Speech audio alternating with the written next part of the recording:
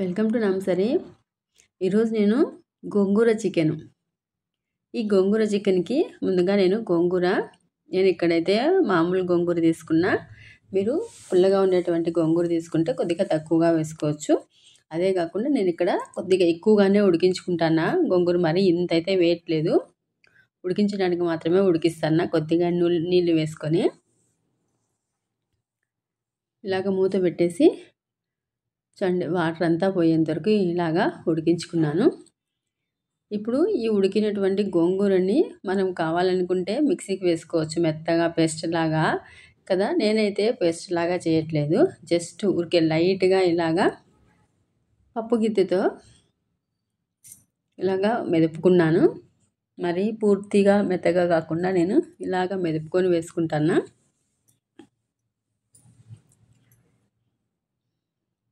పుల్లగా ఉండేటువంటి గోంగూర అయితే ఇంతగానే అవసరం ఉండదు, కొద్దిగానే సరిపోతుంది. ఇప్పుడు ఒక 3 స్పూన్ల వరకు నూనె తీసుకున్నాను. చికెన్ అంటేనే కొద్దిగా నూనె ఎక్కువగానే ఉండాలి కదా. ఇందులోకి చెక్క, లవంగ, అలాగే ఇలాచి, అలాగే జీలకర్ర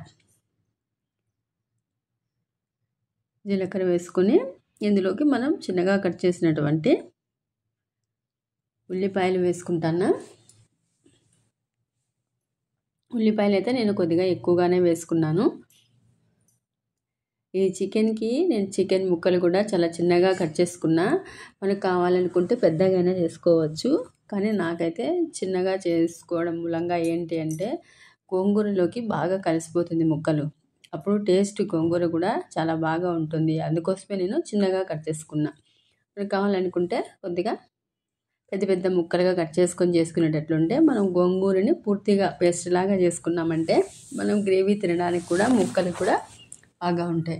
అలాగే చూడండి, అల్లం వెల్లుల్లి పేస్ట్ మాత్రం కచ్చా పచ్చాగా దంచుకున్నా, ఫ్రెష్గా అప్పటికప్పుడే రెడీ చేసుకొని వేసుకుంటాను. ఇది మనం పచ్చివాసన పోయేంత వరకు ఫ్రై చేసుకోవాలి. అలాగే ఉల్లిపాయ ముక్కలు కూడా కొద్దిగా ఫ్రై అయ్యేంత వరకు మనం మీడియం ఫ్లేమ్ పెట్టుకొని ఫ్రై చేసుకోవాలి.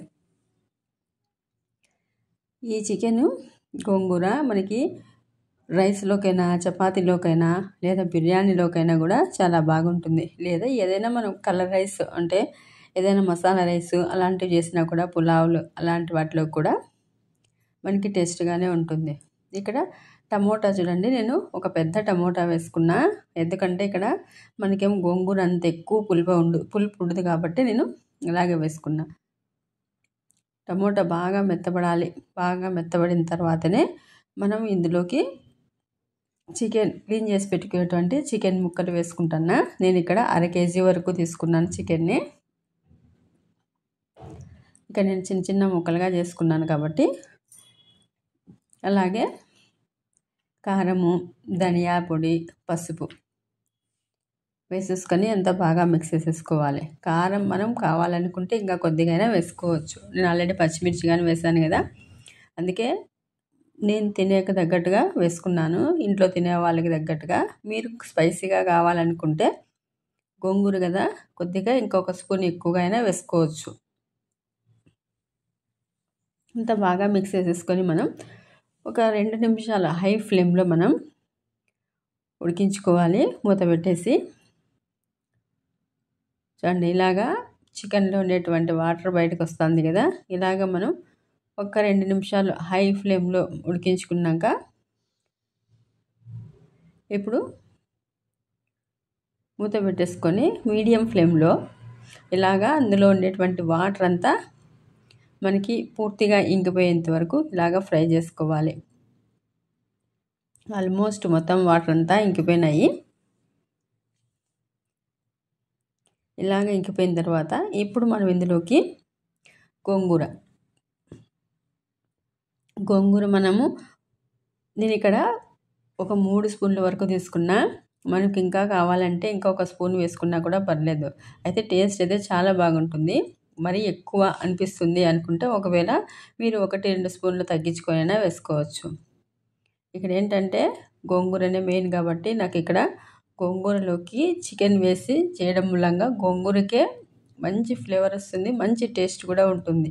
అందుకోసమే నేను ఇక్కడ గోంగూరని కొద్దిగా ఎక్కువగానే వేసుకున్నాను. వేసుకొని మనం ఒక 2 నిమిషాలు, ఒక 2-3 నిమిషాలు ఇలాగా మొత్తం అంతా బాగా కలుపుకొని మీడియం ఫ్లేమ్లో మూత పెట్టుకొని మనం కాసేపు ఉడికించాలి. మొత్తం గోంగూర అంతా ముక్కలకి పట్టేలాగా. చూడండి, ఒక 2-3 నిమిషాల తర్వాత మనం ఇలాగా గోంగూర అంతా ముక్కలకి పట్టేసింది. ఇప్పుడు ఇందులోకి నీళ్లు వేసుకుంటున్నా. మరీ మనకి లూజ్గా ఉంటే బాగుండదు కాబట్టి చిక్కగా ఉండేలాగా కొద్దిగానే వేసుకొని మనము ఉడికించుకోవాలి. మరీ ఎక్కువ వేసుకున్నామంటే మనకి టేస్ట్ అనేటువంటిది పూర్తిగా బాగుండకుండా పోతుంది. కాబట్టి కొద్దిగా వేసుకొని ఇప్పుడు ఫ్లేమ్ని హై ఫ్లేమ్లో పెట్టుకొని ఇలాగ ఆయిల్ అంతా పైకి వచ్చేంత వరకు మనం ఉడికించుకున్న తర్వాత ఇందులోకి కొత్తిమీర ఒకవేళ ఉంటే వేసుకోవచ్చు, లేదంటే లేకపోయినా పర్లేదు ఇక్కడ కొత్తిమీర. ఎందుకంటే మనం గోంగూర ఫ్లేవర్ కాబట్టి మనకు కొత్తిమీర అయితే స్కిప్ చేసుకోవచ్చు కావాలనుకుంటే. ఇలాగంతా బాగా మిక్స్ చేసేసుకొని ఒక్క 2 నిమిషాలు మూత పెట్టి మనం ఉడికించుకున్నామంటే గోంగూర చికెన్ రెడీ అయిపోయింది. చూడండి, కరెక్ట్గా వాటర్ కూడా పూర్తిగా ఇంకిపోయింది, మనకి గ్రేవీ కూడా సెట్ అయిపోయింది. ఇలాగ చేసి మనం చపాతీలోకైనా లేదా బిర్యానీలోకి కానీ మసాలా రైస్లోకి కానీ తీసుకున్నామంటే టేస్ట్ అనేది చాలా బాగుంటుంది. ఒకసారి తింటే మరీ తినాలనిపిస్తుంది. చూడండి, ముక్కలు కూడా నీకు చిన్నగా కట్ చేసుకున్నాం కాబట్టి కరెక్ట్గా సెట్ అయిపోయింది. అలాగే నా వీడియో నచ్చితే లైక్ చేయండి, షేర్ చేసి సబ్స్క్రైబ్ చేసుకోండి. ఇప్పుడు నేను దగ్గరగా చూపిస్తాను. చూడండి, ఇంత బాగా వచ్చింది. వీడియో నచ్చితే లైక్